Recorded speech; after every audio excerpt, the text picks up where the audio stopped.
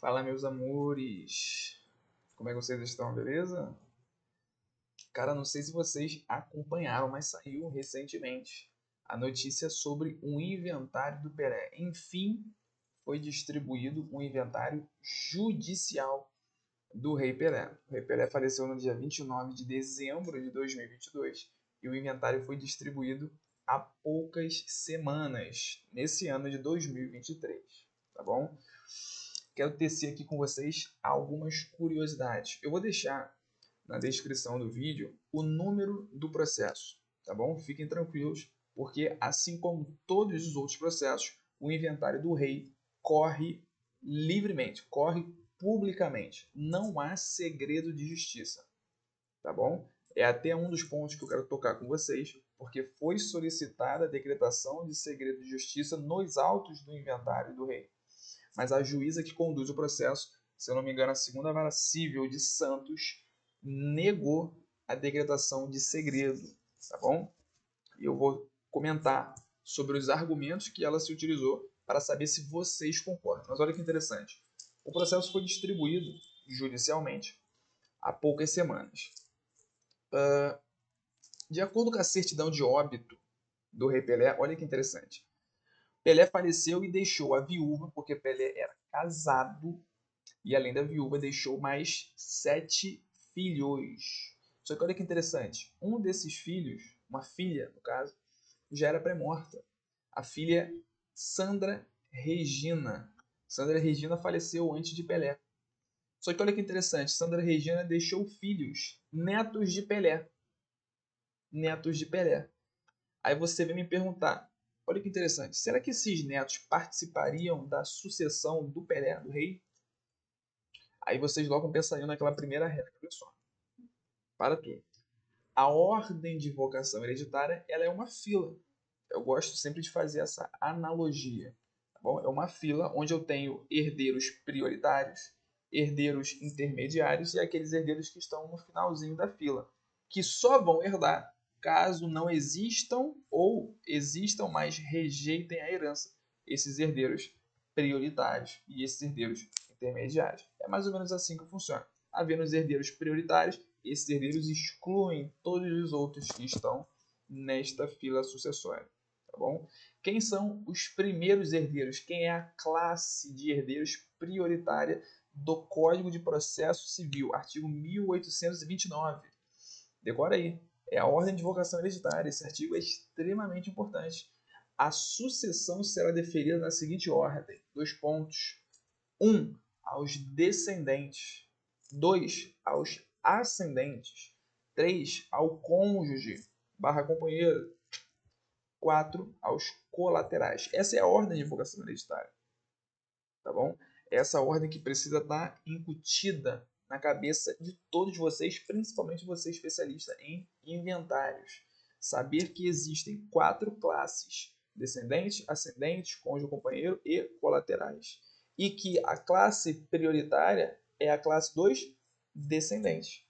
Somente quando não houver nenhum descendente é que a sucessão será deferida aos ascendentes e assim por diante, tendo por último os colaterais. Então perceba, os colaterais, tios, sobrinhos, tio-avô, sobrinho-neto, primo, eles apenas vão herdar se o falecido não deixou cônjuge ou companheiro sobrevivente, se ele não deixou nenhum ascendente vivo ou nenhum descendente vivo. Perceba, é muito difícil. Geralmente a pessoa morre casada ou vivendo em união estável, deixa um pai vivo, um avô vivo, deixa um filho, uma neta.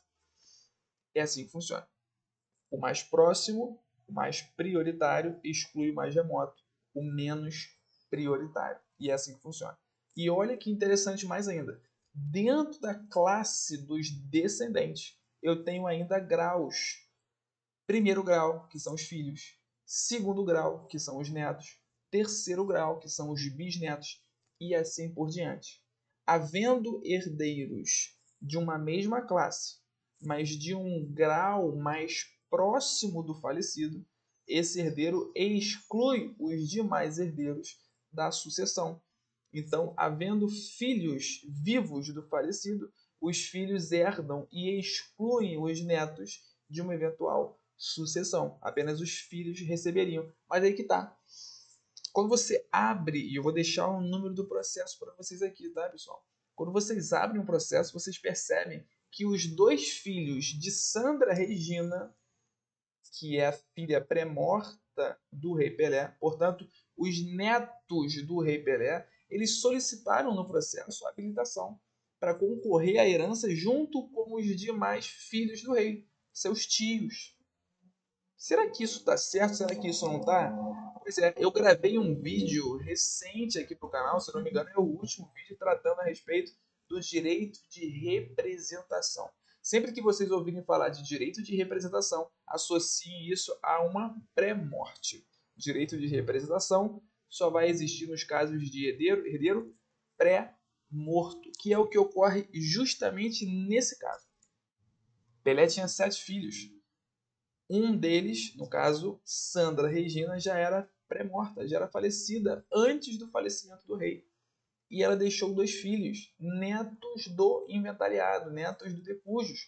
Esses netos vão participar da herança, mas cuidado, eles não participam por direito próprio. Por quê? Porque há filhos vivos. E para herdarem por direito próprio, lembra? Eu não poderia ter herdeiros de primeiro grau. Para só então os netos, que são herdeiros de segundo grau, poderem concorrer à herança por direito próprio. Mas eles concorrem à herança sob um outro título, que é a herança por representação. Eles vão herdar o quião hereditário a que Sandra Regina teria direito se viva estivesse na data do falecimento do rei Pelé. É como se ela estivesse viva. Eu vou supor, eu vou fazer a partilha da herança como se ela estivesse viva. Só que eu atribuirei o quião aos seus filhos, aos herdeiros, netos do falecido. Olha que interessante. Então a herança será dividida. Claro, já retirando a meação do cônjuge sobrevivente, né, da viúva em relação aos bens comuns, vai ser dividida entre o cônjuge, se eventualmente for casado, no regime da comunhão parcial, porque sem dúvida alguma Pelé deixou bens particulares, então em relação a esses bens o cônjuge vai herdar junto com todos os filhos e também com esses netos, tá bom? Mas cuidado, a herança não vai ser dividida entre os filhos, netos e cônjuge, porque senão eu contaria 6 filhos mais 2 netos e mais o cônjuge, dividiria por 9? Não, os netos herdam por representação. Essa divisão aqui é quando a herança é dividida por cabeça, que aí eu contabilizo a quantidade de herdeiros e divido em partes iguais. Cuidado, os netos herdam em representação. Então eu tenho que calcular o quião da mãe deles, da Sandra Regina, que já é pré-morta. Então são 7 filhos e mais o cônjuge. Logo, a repartição será feita em 8. E o quinhão da Sandra Regina é que eu atribuo dividindo por 2, metade para cada filho, neto do rei Pelé. Show de bola? Agora olha que interessante. Eu não sei, tá? Mas eu quero tratar aqui a respeito da reserva da quarta parte. Nesse caso aqui nós temos 8 herdeiros, que são 7 filhos, ainda que um seja pré-morto, mas eu tenho que contabilizar o quinhão desse pré-morto para dividir entre os herdeiros que estão herdando por representação, mais a herança da viúva, que provavelmente também vai participar da herança em relação aos bens particulares, se ela for casada na comunhão parcial de bens, tá bom? Será que funciona aqui nesse caso a reserva da quarta parte para essa viúva ou não? Vocês sabem o que é a reserva da quarta parte?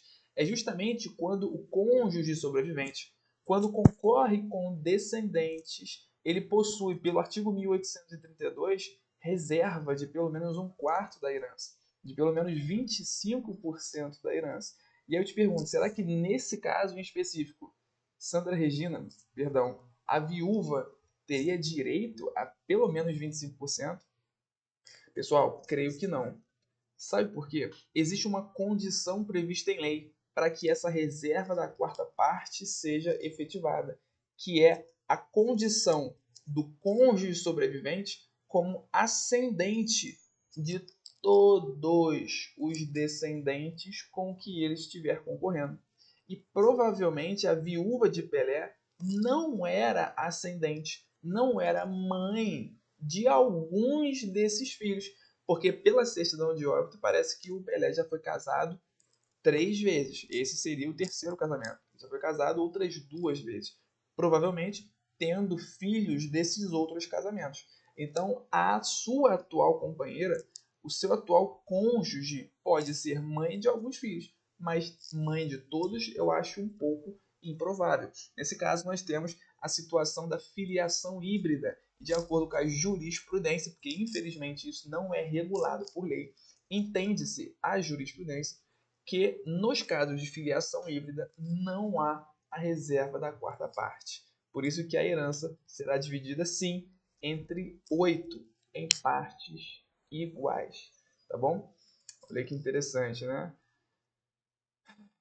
Vou deixar aqui o número do processo para vocês darem uma olhadinha depois. Se você não me segue, vou colocar aqui embaixo também, @advrugani. Segue lá no Instagram e acompanhe as próximas publicações. Beleza, pessoal?